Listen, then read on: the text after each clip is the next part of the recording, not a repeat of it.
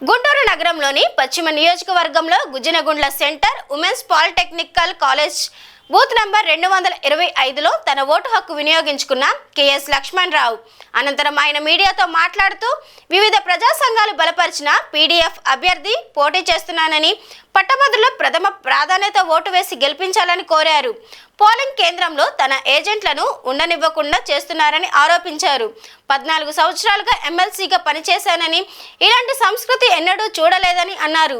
పోటీలో ఎవరైనా గెలవచ్చు, ఏజెంట్లను భయభ్రాంతులకు గురి చేయడం మంచి పద్ధతి కాదు అని అన్నారు.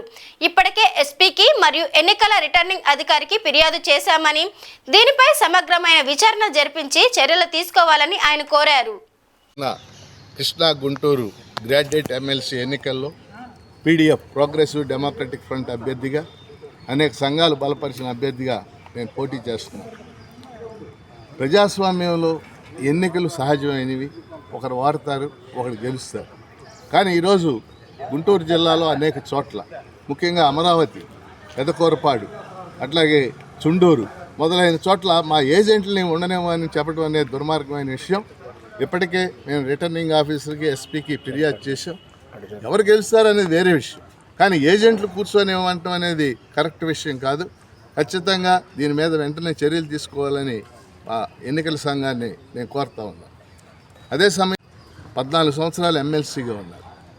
ఈ గుంటూరు కృష్ణా జిల్లాలకు సంబంధించి, వీటి అభివృద్ధికి సంబంధించి, అది ఇరిగేషన్ కావచ్చు, రైతులు కావచ్చు, కౌలు రైతులు కావచ్చు, నిరుద్యోగులు కావచ్చు, ఉద్యోగులు, ఉపాధ్యాయులు, పెన్షనర్లు, ఎవరి ఇష్యూస్ ఉన్నా సరే గత 14 ఏళ్ళుగా శాసన మండలిలో కానీ, జిల్లా అభివృద్ధి సమీక్షా సమావేశాల్లో కానీ, జిల్లా పరిషత్ సమావేశాల్లో కానీ శక్తివంచన లేకుండా నేను ప్రయత్నం చేశాను. ఈ జిల్లానే, ఉమ్మడి జిల్లాని మనం తీసుకుంటే వరికిపూడిశాల ప్రాజెక్టు సమస్య సజీవంగా ఉండాలని, అది పరిష్కరించబడాలని, అట్లాగే గుంటూరు ఛానల్ ఎక్స్టెన్షన్ జరగాలని అనేక సార్లు నేను రిప్రజెంట్ చేయడం జరిగింది. మరి భవిష్యత్తులో కూడా రాబోయే 6 ఏళ్ళు తప్పనిసరిగా ఉద్యోగులు, ఉపాధ్యాయులు, పెన్షనర్లు, నిరుద్యోగులు, కార్మికులు, అంగన్వాడీలు, కౌలు రైతులు, ఎవరి ఇష్యూస్ ఉన్నా సరే నేను శక్తివంచన లేకుండా ప్రభుత్వం దృష్టికి తీసుకెళ్తాను. ప్రజాస్వామ్యంలో అధికార పక్షం ఎంత ముఖ్యమో ప్రతిపక్షం కూడా అంతే ముఖ్యం. ఇవాళ అధికార పక్షం 164 మంది ఉన్నారు. కొత్తగా అధికార పక్షం ఒకళ్ళు ఎన్నికై సాధించేది ఏం లేదు. కానీ మేము ప్రజల అభిప్రాయాల్ని ప్రభుత్వానికి తెలియజెప్పడానికి సాధనంగా ఉపయోగపడతాం కాబట్టి ఈ ఎన్నికల్లో పోటీ చేస్తున్నాను, గెలుపొందుతానని భావిస్తున్నాను. ఎయిర్పోర్ట్లో